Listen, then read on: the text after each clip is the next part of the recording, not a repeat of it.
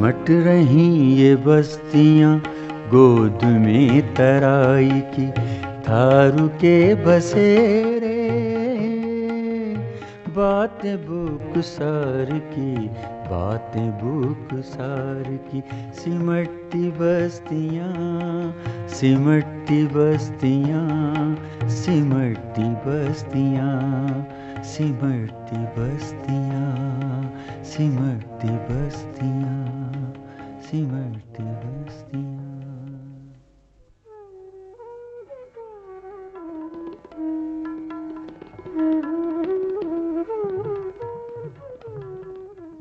सांस्कृतिक विरासत के रूप में भारत की जनजातियां अपनी अलग पहचान रखती हैं।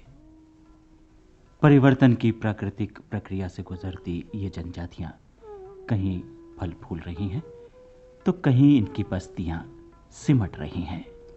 थारू और बुक्सा दोनों जनजातियों की बस्तियां भी सिमटने के कगार पर हैं। आज इन्हें देखकर लगता है कि इनकी अपनी मूल संस्कृति कहीं खो सी गई है। शहरी प्रभाव के साथ साथ पाश्चात्य सभ्यता और संस्कृति के दुष्प्रभाव इनके मूल रूप पर हावी दिखाई देते हैं।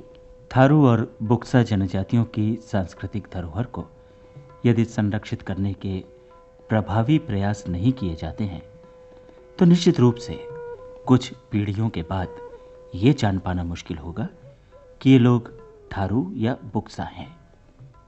सदियों पुरानी इन संस्कृतियों में कुछ अति विशिष्टताएं हैं जो इन जनजातियों को एक अलग पहचान देती हैं।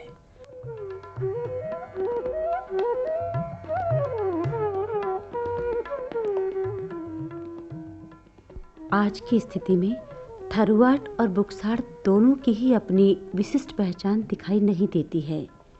भाषा, रहन सहन, पहनावा, व्यवसाय, संस्कार सब कुछ बदला बदला सा है। प्रगति के नाम पर मूल संस्कृति और संस्कारों का खोना किसी भी जाति और समाज के लिए चिंता का विषय है। थारू समाज अब ये चिंतन कर रहा है कि हम विकास की मुख्य धारा से कैसे जुड़ें। विकास की मुख्य धारा से तभी जुड़ पाएंगे जब शिक्षा का प्रसार होगा। हम लोग लगे पड़े हैं उसमें, और जो हमारी पुरानी संस्कृति थी, कल्चर थी, वो आज लुप्त होते जा रही है क्योंकि युवा हैं, सब अपने जो परिवर्तन हो चुका है उसके आधार पे चल रहे हैं। लेकिन हमें इसमें लोगों को जागृति लानी होगी कि जो हमारा कल्चर है, संस्कृति है, उसका हम कैसे आगे प्रसार कर सकें।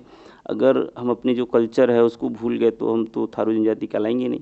आज हमें इस चीज़ की आवश्यकता है कि जो हमारी संस्कृति थी, कल्चर था, उसको हम कैसे जीवित रखें और उसको हमें बचा के रखना है। और जो हमारी थारू की जो संस्कृति है वो हमारी एक थारू की मात्र पहचान है जिसे हम थारू कहलाते हैं।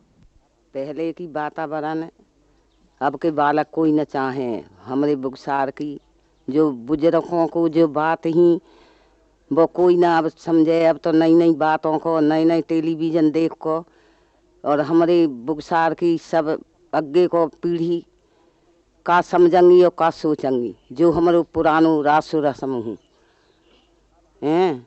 अब के बालक तो कोई ना चाहे, ना सुनना चाहे, ना कोई कपड़ा पहनने चाहे पुराने, ना कोई वातावरण, ना कोई मेला हाट को जाने को, पुरानो कोई काम उन्होंने कोई न छोड़ो।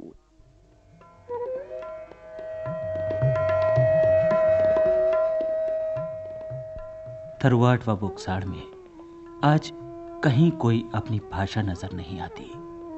अवधी, भोजपुरी, मैथिली, कन्नौजी और खड़ी बोली मिश्रित ब्रज भाषा सी लगती है।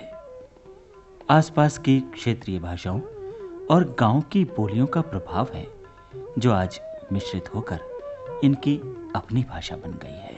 जबकि इनके प्रचलन की भाषा में कुछ ऐसे शब्दों का इस्तेमाल है जो बिल्कुल विशिष्ट है और संभवतः ये इनकी मूल भाषा के अपने शब्द रहे होंगे। आज इनके घरों में पके हुए चावल को सब भात कहते हैं, झिमना कोई नहीं कहता। बासी भोजन को कोई सिर कोरा नहीं कहता। गमी को फोत और अर्थी को पुतरियां कहने का आज कहीं भी रिवाज दिखाई नहीं देता। राजस्थानी पृष्ठभूमि की इन जनजातियों में राजस्थान का कोई भी पुट अब नहीं दिखता।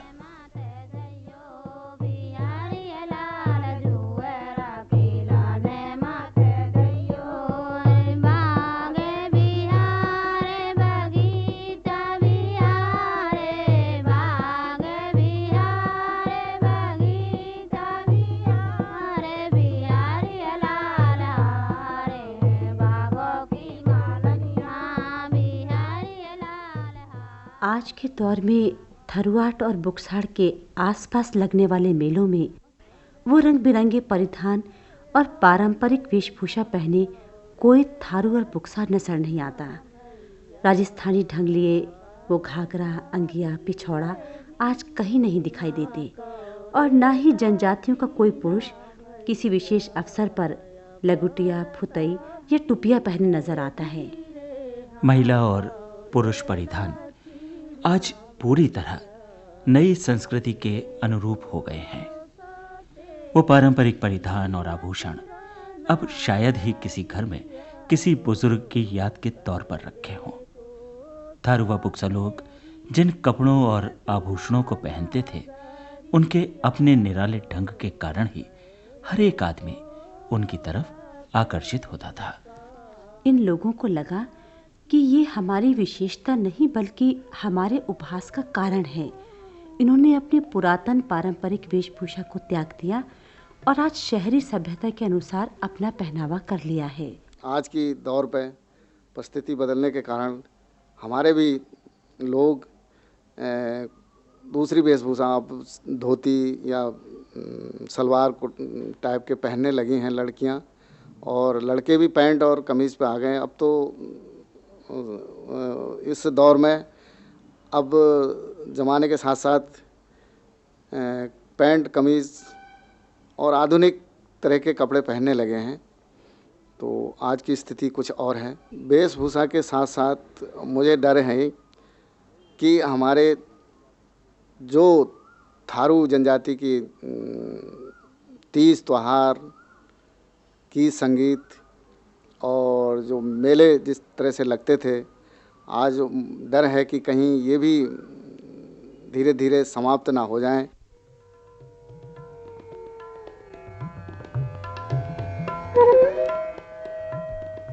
जहां कुछ परंपराओं को ये लोग भूले हैं, तो वहीं कुछ मामलों में पुराने रंग ढंग के साथ साथ आसपास की संस्कृति को अपनाया भी है।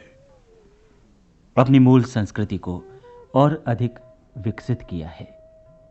भात, मछली और मदिरा ये तीन मुख्य खाद्य पदार्थ हैं जो विशेष अवसरों पर परोसे जाते थे और ख़ास मेहमानों को भी खिलाए जाते थे। आज भात, मछली और मदिरा के साथ साथ तीज त्योहारों पर देशज सभ्यता के अनुरूप पकवान बनाने का चलन थरुआट और बुक्साड़ दोनों में दिखाई देता है। मिठाई, गुजिया, कचरी, पापड़, पूरी, कचौड़ी ये सब अब इनके भोज्य पदार्थ हैं। आज दूसरे समाज से हम लोगों का संपर्क हुआ है, उनके बीच में उठना बैठना हुआ है, तो उनकी सभ्यता हम लोगों के बीच में घुल मिल गई है। और आज दिवाली में जो है मिठाइयाँ बांटी जाती हैं।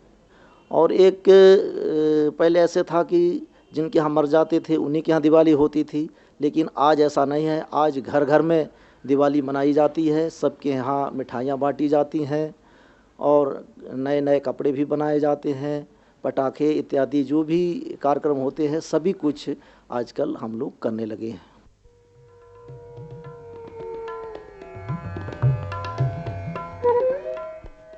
आज़ादी के बाद इन आदिवासी जनजातियों के जीवन में जहां विकास के द्वार खुले और ये लोग अपनी पारंपरिक खेती के साथ साथ दूसरे अनाज और सब्जियों को भी उगाने लगे, इनके जीवन स्तर में सुधार आया, आर्थिक स्थिति मजबूत हुई, कृषि की नई वैज्ञानिक तकनीकों को ये लोग अपनाने लगे। नज़ारा ये कि अब पारंपरिक मकानों के साथ साथ पक्के सुंदर मकान थरुआट और बुक्साड़ दोनों में नजर आते हैं।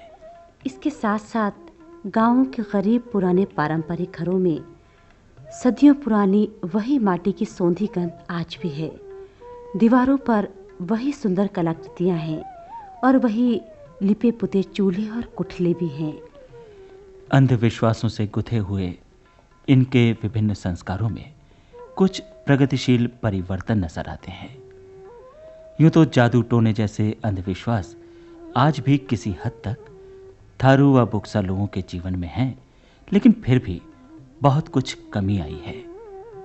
अब हर व्यक्ति हर मामले में भरारे की शरण में नहीं जाता। बीमारियों के मामले में अब ये लोग डॉक्टर व अस्पताल का सदुपयोग करने लगे हैं। विभिन्न संस्कारों को संपन्न कराने में सनातनी परंपरा के अनुसार पंडितों को विधि विधान से कर्म कांडों हेतु आमंत्रित करने लगे हैं। थारू और बुक्साओं के गीत संगीत का पक्ष भी परिवर्तन के दौर से गुजरा है। पारंपरिक वाद्य यंत्रों में मृदंग और ढोल के अलावा थाली, लोटे और घड़े का इस्तेमाल अब नहीं के बराबर है। और तो और अनाज फटकने वाले सूप को किसी ज़माने में बतौर वाद्य यंत्र इस्तेमाल किया जाता था।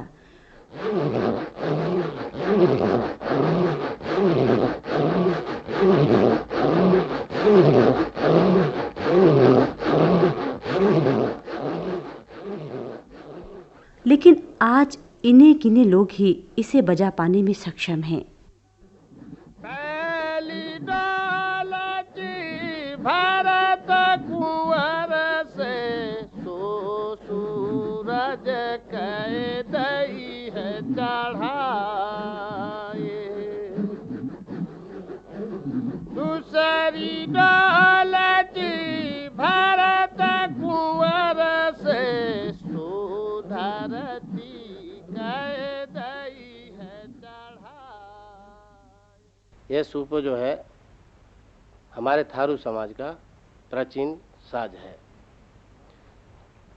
हमारे लोग जब वहाँ से आए थे तो उस टाइम कोई साज नहीं था, तो इसी सूप के द्वारा मनोरंजन किया करते थे। और आज ये प्रचलन, ये साज किसी को पसंद नहीं है।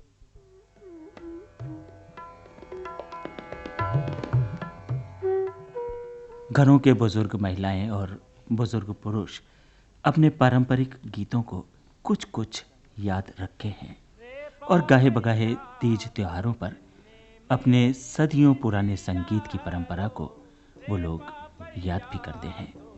लेकिन आज के दौर के बच्चे, बेटी, बेटे, बहुएं न तो ये गीत गाना जानते हैं और न ही सीखना चाहते हैं। जो हमारे पुराने रिवाज के गाना रहें, जो हमारी सास हैं, दादी सास हैं, सिखाई रहें, वे आजकल के बच्चे कोई सीखना नहीं चाहते हैं।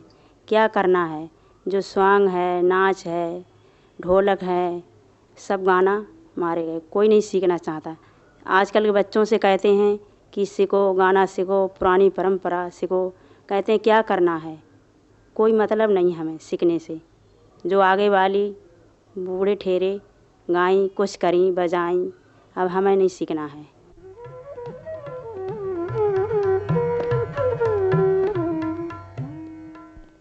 आने वाले समय में लगता है कि हन्ना और झींझी खेलने और गाने वाले बच्चे थरुआट और बुक्साड़ में नहीं मिलेंगे।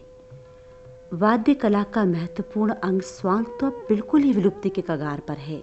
होली के खिचड़ी नृत्य में भी कहाँ होती है आज सबकी भागीदारी, कहाँ है वो रौनक।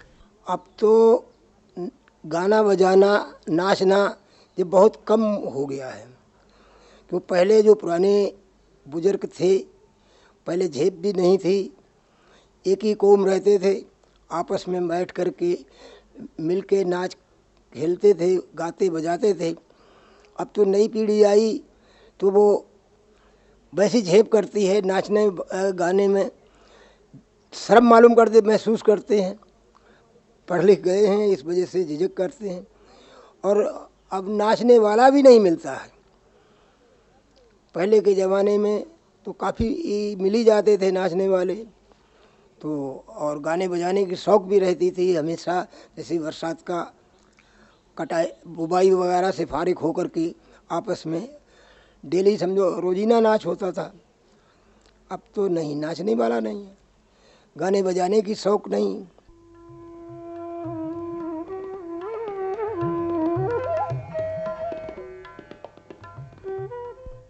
ये लोग कई सदियां समाज से विलग रहे हैं, एक लंबे अंतराल तक वीरानी में जीवन यापन किया है।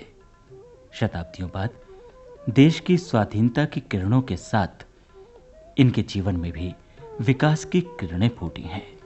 1967 का साल थारू और बुक्साओं के लिए सौभाग्यशाली साल रहा। जब भोटिया, जौनसारी और राजी के साथ साथ इन लोगों को भी उत्तर प्रदेश में पहली बार अनुसूचित जनजाति घोषित किया गया। सरकार द्वारा इन्हें समाज की मुख्यधारा से जोड़ने के प्रयास शुरू हुए। इन लोगों को समृद्धि के सोपान तय करने के अवसर दिए जाने लगे। आज़ादी के बाद जो हमारे थरवाड में चेंजेज आया है वो श्रेय है शिक्षा का। पहले हम लोग ओनली क्षेत्र में थारू भाई लोग रहते थे जो तमाम परेशानियों से गुजरे, जैसे हैजा की बीमारी, अन्य बीमारी से ग्रसित रहे और इतना विकास नहीं हो पाया। शिक्षा की कमी थी इतने, क्योंकि आदिवासी कहलाते थारू लोग, यहाँ बसे आकर के कुछ जानकार नहीं थे।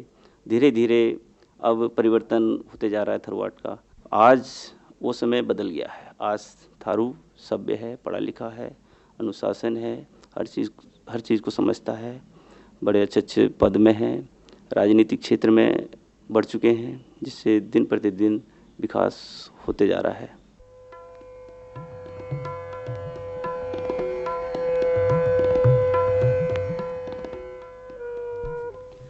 थरवाड में कुछ हद तक स्थिति बेहतर दिखाई देती है। शिक्षा के महत्व को थारू लोग भली भांति समझते हैं। थारू छात्र छात्राएं प्राइमरी पाठशाला से लेकर विश्वविद्यालय तक पढ़ते हुए देखे जा सकते हैं। पढ़ लिखकर ये लोग अन्य व्यवसायों से भी जुड़ रहे हैं। यही नहीं, विभिन्न सरकारी, गैर सरकारी संस्थानों और विभागों में आज थारू लोग अच्छे ओहदों पर हैं। पर बुक्सार की स्थिति आज भी पिछड़ी हुई है। शिक्षा का अत्यंत अभाव है। हीन भावना से ग्रस्त हैं ये लोग। लेकिन ये एहसास इन्हें जरूर है कि अशिक्षा के कारण इन्हें बहुत नुकसान पहुंच रहा है। इनके साथ के थारू लोग तरक्की कर रहे हैं। बुक्साओं का ये एहसास आने वाले समय में बुक्सार में शिक्षा के प्रसार का कारण बन सकता है। हमारे बुजुर्ग जब से यहाँ आए थे वो जब से जंगलों में ही थे और हम भी जंगल में ही रहे। हमारे होश तक जंगल ही जंगल था यहाँ पर, और स्कूल थे तो दूर दूर थे। तो जंगल की वजह से हम कहीं पढ़ने नहीं जाते थे, डरते थे, हर एक बात थे। थारू और हम साथ ही आए हैं, लेकिन बंटवारा हुआ, वे उधर के गए, इधर के वे शहर के किनारे पड़ गए और हम जंगल के जंगल में ही रहे और अभी तक जंगल में ही थे। करीब करीब हमारे होश में, अपने होश की बात कहता हूँ कि 53 सन में या 54 सन में ये जंगल टूटा, रुद्रपुर से लेकर गुररबोझ तक। अब तक जंगल ही था और अब जो है कि करीब 20 साल से ये आबाद हुआ है और आगे नहीं था। तो इस वजह से हम आगे इस वजह से नहीं बढ़ सके।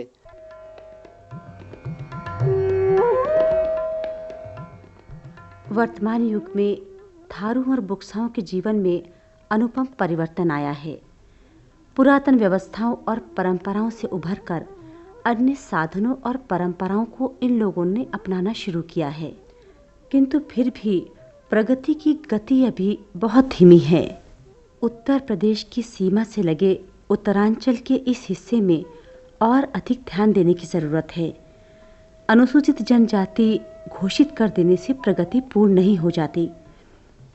ज़रूरत है इन्हें पूरी तरह से समाज की मुख्य धारा से जोड़ने की।